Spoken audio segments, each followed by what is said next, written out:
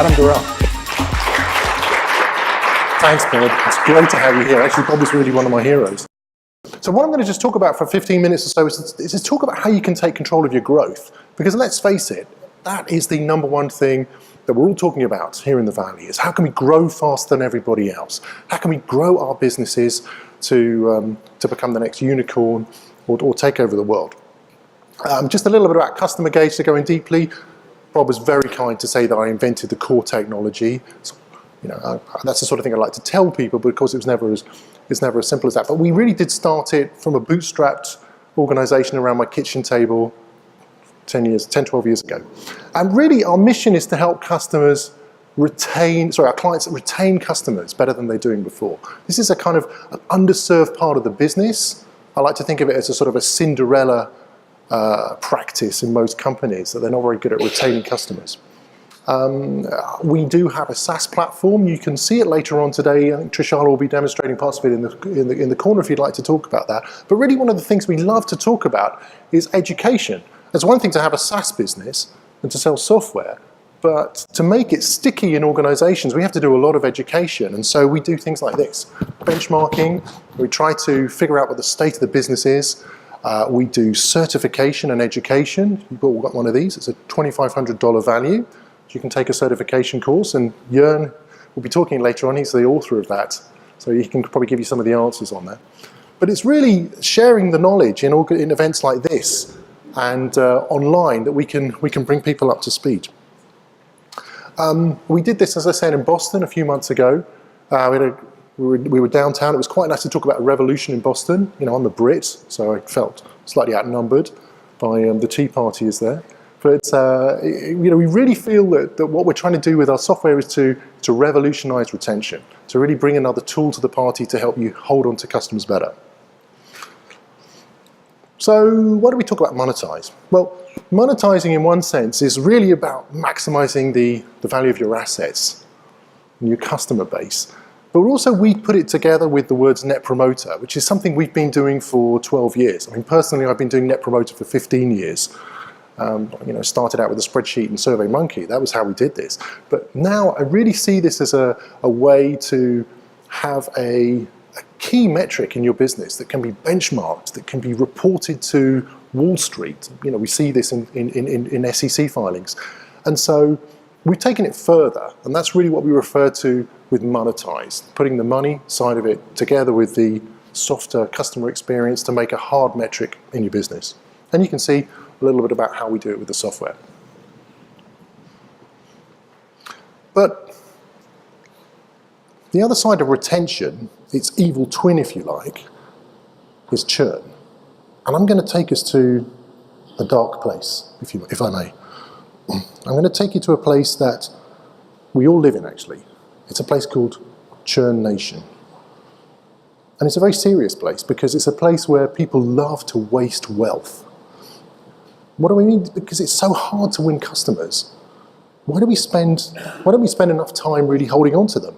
So in our survey that you can see in the books here, we found out that something like 44% of clients out there, 44% of American businesses really don't know how many customers they lose at the end of the year.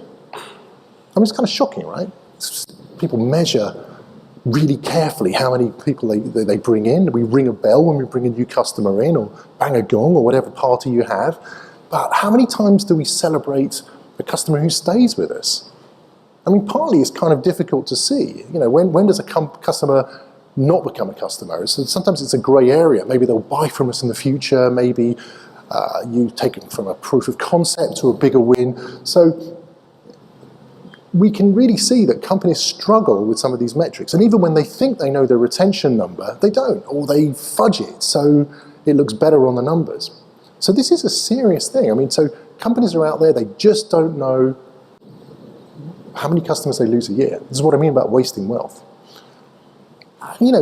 We found another metric, something like an average churn rate is something like 20% of the year. I mean, if you look in the book, you can see it for various industries. But this is a good kind of rule of thumb. A fifth of your customers are going to leave you every year, which is like, you have to sell 5 quarters to make 4. I mean, you know how hard it is to make the quarter, right? So if you can reduce that extra selling of the quarter, you're really winning. We sized it. How big is this? And the size of Churn Nation, the amount of churn that Fortune 100 businesses have, is 1.8 trillion. I mean, this is astonishing. This is almost the size of the GDP of Italy. And it's a bit bigger than Canada, interestingly enough. I also, looking it up this morning, I was trying to see where California is. California's GDP is about 2.1 trillion, I think. So let's just say Churn Nation is bigger than Texas at 1.6 million, which I'm sure we all feel better about. But this is scary, how much wealth is being wasted in just not holding on to customers. So this is a really serious, this is the reason why we're here, basically, and the reason why CustomerGauge exists, to really help reduce that. And it's interesting because the warnings are really clear. They're really clear. They're like the 3 billboards outside Churnville, Churn Nation. That we know, we're always told that it's much harder to win new customers than it is to hold on to it. I think it's like 5 to 20 times, pick one of the numbers there, whatever survey you want to do. Still, it's astonishingly more difficult to win a new customer than it is to hold on to one. And if you hold on to customers and grow them a bit, you can dramatically increase your EBIT. But more interestingly, for Silicon Valley companies, is that this can dramatically increase your growth rate if you focus on net retention. If you lose customers at a slower rate than your competitors, you're doing great.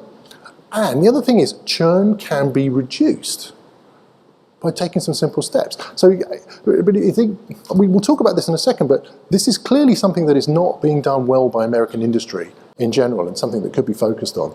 And I wanted to drill down and find out why. I mean, we all know quotes like this, that half my money is wasted on advertising, I don't know which half. This was like 100 years ago, but actually it's not true anymore, because the world that we live in allows us to figure out exactly how much money we waste. And I can tell you that metric is 99.6% on average. This is how much money we waste on acquisition. If you're doing digital marketing, the conversion rate is something like 0.4%. And I think what's really interesting about the world that we live in now is that there is a whole industry out there helping us acquire customers more easily. You know these guys. They're within 10 miles of here. Google is just down the street. Facebook is up the hill. The amount of money spent on digital marketing, half of all digital marketing money is spent on Facebook and Google, and that's something like half of all advertising out there. And if you put it all together, it's something like the equivalent of $1,000 for every household in the US. Think about that. At some stage, it's like an addiction. And if you think about this, we've got rid of some of the most major addictions here. We've got rid of, tobacco, alcohol, we're getting rid of sugar.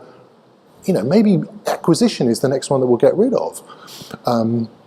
Because at some stage, we're going to get to the last customer and try and sell to that. But the thing is that there are so many ways they've really made it easy to do this with fantastic tools to help track our conversion, even though it's lousy. There's another interesting stat that I'd like to talk about. So think about this. The valuation of Facebook and Google is actually larger than the amount of churn that's out there. Another fun fact is the valuation of these 2 companies is larger than all the banks in America put together. So clearly there is something in this whole acquisition stuff, right? And another interesting part about it is that for years, for like 100 years or 150 years, advertising was pretty stable at about 1% of GDP. And then experts are now predicting it to get to 2% of GDP in the next 5 years. I mean, that's quite significant, right? That's not a big shift. I mean, are we getting any better at acquiring customers, or is it just getting more expensive, I ask you? So clearly, I think that there's a really soft part of business that we could attack here and to help us grow.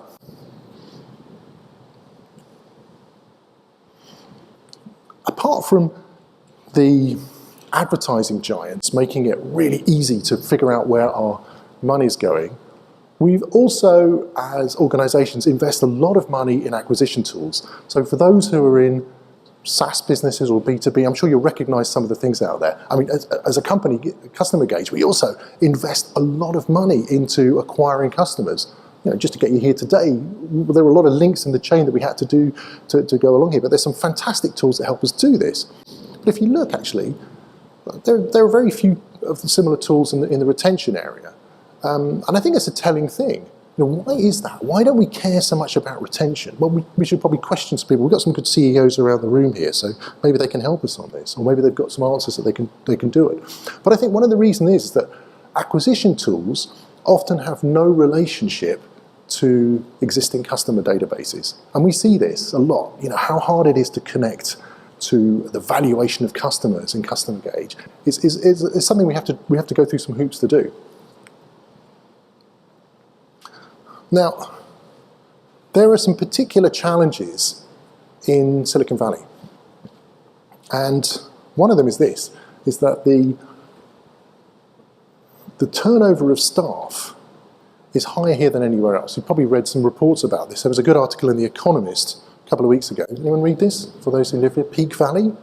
Apparently it's all over in Silicon Valley, according to The Economist. I don't think so. Lou and I were talking about this last night. But it's like 4 times more expensive to start a business in Silicon Valley than it is anywhere else. If anybody lives here, you'll know the cost of living and about what it's like to drive up and down the freeways every day. I mean, it's kind of a hard life that you have to live here. And so holding on to your employees is now becoming harder and harder, because I read that the median salary in Facebook is something like $240,000.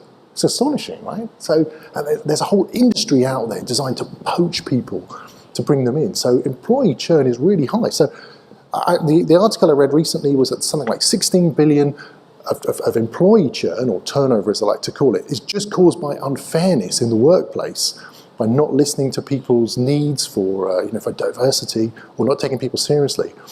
And then this other stat, which I don't know if it's almost unbelievable, but it's something like engineers that come into Amazon, their median turnover is now 1 year.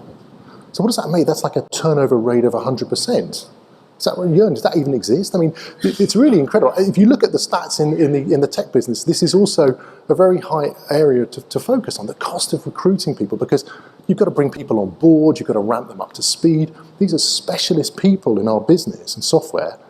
It's almost like the companies are artisanal. We employ craftsmen, and losing one of these craftsmen costs us a lot of time and money to train up. So, but why is retention so hard? Let's have a look at some of the answers on this. Well, we know that, talking about Net Promoter, when you first talk to a company about that, one of the first barriers you have is that people don't like feedback. Those who've done some sort of Net Promoter or customer experience program know that people don't like to be confronted with bad news. So that's one of the first things you have to get over. You have to sort of treat it as feedback is a gift. Other companies think that churn is just normal. They go, yeah, we just factor it into our cost. We know we're going to lose 20% a year. Or they just measure and they don't do anything, or they find it hard to get buy-in into the business. There are some other reasons, which is just like the product is a bad fit. But when it comes down to it, I think the major issue is that most organizations, nobody owns retention. Now, I was lucky enough to speak to Ryan just as I was coming from PagerDuty. Ryan, you're head of customer success, so I guess that's your job. You've got a number on that. But it's outside the SaaS world, it's very hard to find people who are named as, yeah, that's my target, I need to own retention. And if you look deep into your business, if you haven't got that, that's clearly one of the first things that you can get over. There are some unique challenges here. Outside Silicon Valley, most organizations are struggling to catch up. They see the SaaS businesses here and they go, we need to have a retention business, we want to be like that. And so they struggle with this thing that they call the digital transformation, to put the tools on board to do this. Most companies like to see themselves as selling a service. Rolls-Royce, for example, sell jet engines, power by the hour. And so this is a trend out there. They've started to think about customer success and retention, but it's still not part of their DNA. And in Silicon Valley, the key challenges are, we've crossed that bridge about recurring revenue. The challenge is to grow faster. So the challenges here are to get as many tools into the business to help you accelerate towards the growth of whatever it is, 40% a year that you have to do to keep shareholders happy. You adopted mostly customer retention stats, and you talk about net retention, and also working perhaps on net promoter. But this is something that you might need some help on to develop. So this is really the area that we think we can bring some things here today. And as I said, employee churn really is a key thing. In fact, I've got a name for it. If you're churning at 50%, spoiler alert, anyone that hasn't seen this film, I call it the Thanosity. Because everybody knows what happens at the end of Avengers Infinity War, right? I can see 50% disappear in an instant. It's going to take a year for you. But we can clearly see that some companies out there just have not got the right fit. So I don't want you to get into the position of what I call a Thanosity. There is a route out of Churn Nation. I've got some good news for you. You can take some steps, and we have developed a program, frankly, with our 100 or so customers that we've been working with over the years to do this. And there are 3 easy ways of doing it.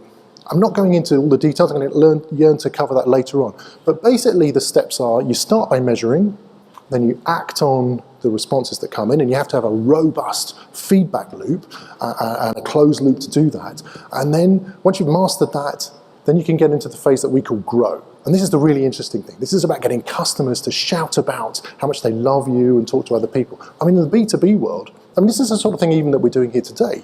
We hope that some of our customers who are here are using that expression to do this, but this is hard to do. You need to measure people, you need to understand who are promoters, who are detractors, and act on them. You have to take it seriously, you have to have a program. But there is help out there, and that's really what we like to do. So we'll be trying to cover some of that today.